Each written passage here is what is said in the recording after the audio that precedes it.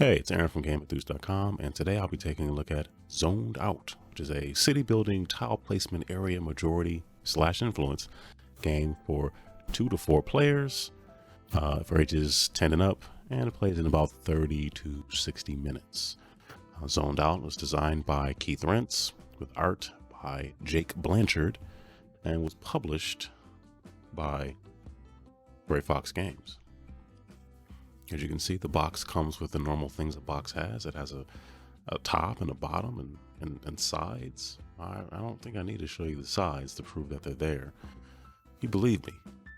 You're pretty sure they're already there. I don't need to show you that, so you're good. You also see how the perspective is just drawing you right to this area here. There's a lot going on here, but the road is leading you to this blue building and maybe a little piece of this yellow building. What am I rambling on about? All right. Zoned Out. It's a pretty sizable box. Why don't we take a look at what's inside? So in the box, we have 64 square cards. One of them being a downtown card, which is sort of the starter tile, if you will. And the others being comprised of the zones that I'll get into in a moment. So, yeah, 63 of these, and you only start once. You only need one starter tile. It all just makes sense. You have 18 secret objective cards. For example, score 1 victory point for each medium residential block you develop. So everybody will get at least one of these. You get more than one if you have, I think, 2 players. And then there's some that are just laid out for anyone to get. You have 80 building pieces: green, yellow, clear, and hot pink. My youngest daughter was a big fan of the hot pink ones. She likes things that are pink. I'm fine with that. I also like some things that are, is this pink? Not the point. You also have 4 city planners, which correspond to the colors of the aforementioned buildings. I'll leave them right here. In this video, standing tradition of not having everything in frame, you also get 8 D tokens, 2 for each player. I'll just pour these right here. Neat. You also get 20 redraw tokens. These I would describe as a necessary evil.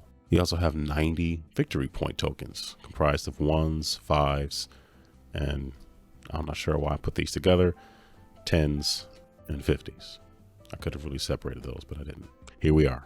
I don't know. There's also a special note in the rules that said that if you run out of deeds, redraw tokens, victory point tokens, you can find a substitute for them. So you are not locked into only using what comes in the box. If you run out, find a substitute. Something small, something effective. If you wish to use an Amazon Fire Stick TV remote, the old one, without the volume buttons on it, it's kind of dusty because you don't really use this TV that much. You can do that. So you run out of 1s, there you go. Done. Taking the liberty of setting up a 2-player game. In a 2-player game, each player would have 2 secret objectives, and then it'll be 2 communal objectives for anyone to score on. So just as an example, just one of mine here is score 6 victory points for developing the most medium density blocks. Which reminds me, I should probably explain what zones are. In Zoned Out, you'll be working with several types of zones: residential zones, commercial zones, and industrial zones. All those zones can have 3 different types of densities: light, medium, and heavy. So light would have 1 building on it, medium would have 2, heavy would have 3. There are also wild versions of residential, commercial, and industrial zones. Those would be libraries, stadiums, and train depots. They will take on the density of the areas that they're adjacent to. In addition, there's parks and museums, which provide points, and parking lots and abandoned buildings, unfortunately, will take away points. So now that zones have been explained, let me also explain deeds. Deeds are placed onto wild zones. For example, this industrial zone is wild, meaning it would take on the density of other industrial zones that are around it. So if this was somehow in between two different players' zones they're working on, you will use the deed as sort of a line demarcation to show that you're claiming this one and not another player. So I set this up for 2 players. You build a square of 4 parking lots, place the downtown icon on it, and the game kind of works in 4 quadrants. So this is a quadrant, this is a quadrant, this is a quadrant, this is a quadrant. You get it, timeout. You get it, it's fine. Each player will get 2 secret objectives. There'll be 2 communal ones. For more players, 3. If there are 3 players, everybody will get one secret objective, and there'll be 3 communal ones, or they would get 1, and there'll be more up here. So for an example, score victory points for developing the most medium density blocks. So the real crux of the game is figuring out how to score the most points with your own objectives and the communal objectives. So for example, one of the communal objectives is score 2 victory points for each piece within the bottom 2 positions in each tower. We'll get into towers in a moment. Each player, except for the player who's starting, I believe the rules say the player who last saw a skyscraper would be the starting player. Starting player will only get 2 cards. Everybody else would get 3. Reason is because the starting player is just going to place and then draw back up to 3 cards. So they get the chance to figure out what they're doing first. So I guess if I was the green player, I score 2 victory points for the most medium density zones. So I'm incentivized to land on something that's medium density.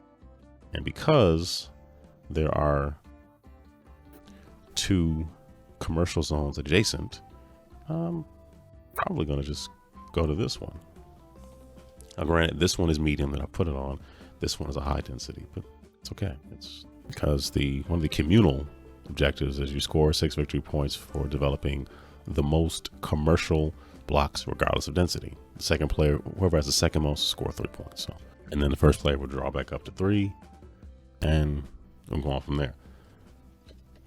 The second player will take a look at their hand, the cards in their hand, and bounce it off of what they have. So they're going to score one victory point for each heavy commercial block you develop. Heavy. So there are no heavy ones here. And the assumption will be that because I might have said industrial earlier, this is commercial here, and this is clearly in their zone because it's commercial and commercial.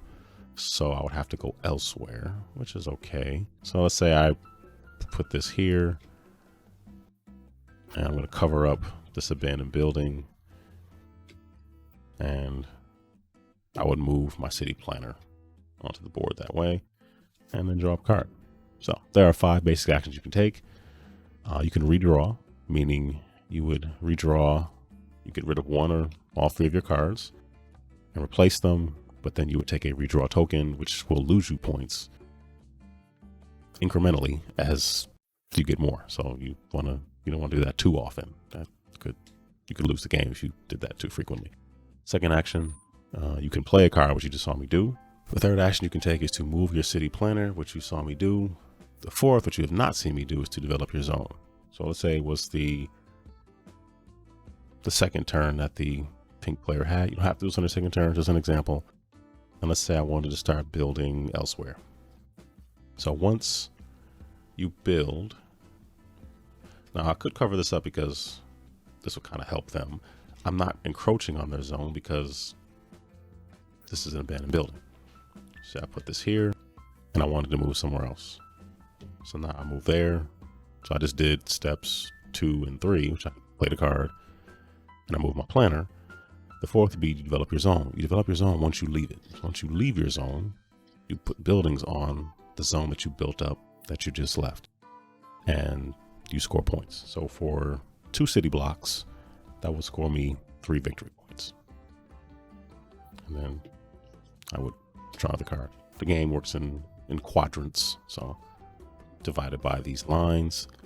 Once you build a building in that whole quadrant, you always place one of your buildings in the downtown area, and whoever has the most at the end of the game, let's say I just kept doing it theoretically, and then in the game I will get more points because this means I had more buildings. Let me put it to the side so you can see it. say this would mean I had more buildings in this whole quadrant here, and it works for all 4. So you're incentivized to work on your secret objectives when you're building, the communal objectives, and then you get more points for having the most buildings in each separate quadrant of the city that you are currently building. So as the game continues on, you're really gonna start to see a sprawling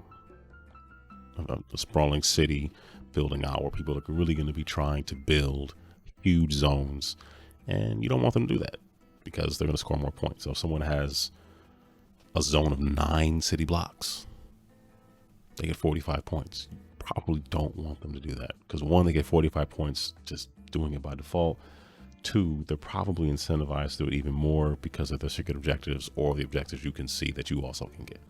The end of the game is triggered by someone placing their last building, meaning in their zone or in the downtown area, or if you run out of cards. So once the deck is gone, whoever triggers the end of the game, that is their last turn, I believe, and then everyone else will get one more turn, and that's a game. And then you would tally up the victory points you earned along the way when you developed your zones, because you get those points immediately, and then you would tally up the points you earned based on your secret objectives, the communal objectives, and the points you get for having the most of your buildings in each of the 4 downtown areas.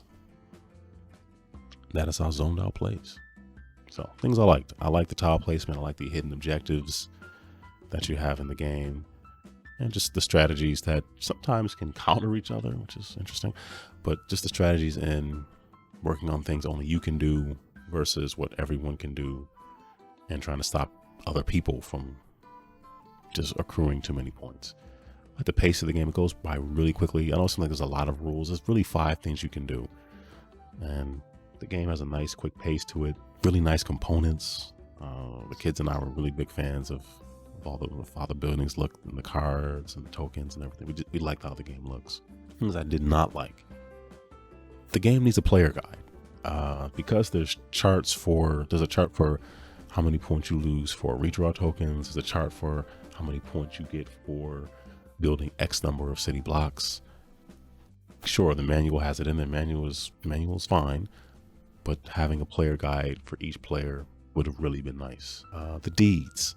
I found that I don't think we ever really used the deeds when we played this game. Maybe we were playing it wrong. That's entirely possible. We never really used the deeds. They never really came up. We never really saw a use case for them, which just might be on us. Lastly, I would say having commercial zones be yellow for the most part, but then some be yellow and pink was a little bit confusing, and some of the kids got a little confused with whether or not that was a residential zone or a commercial zone. Other than that, we were good. That is Zoned Out. So if you have any comments, questions, or anything, please let me know down below. Something should be on screen right now that you can click on to watch even more videos. Hopefully you'll choose to do so. You can comment on those, like them, subscribe if you haven't. I might have said that already. If I did, I apologize. That's going to do it for me. Stay safe out there. Take care. And be blessed.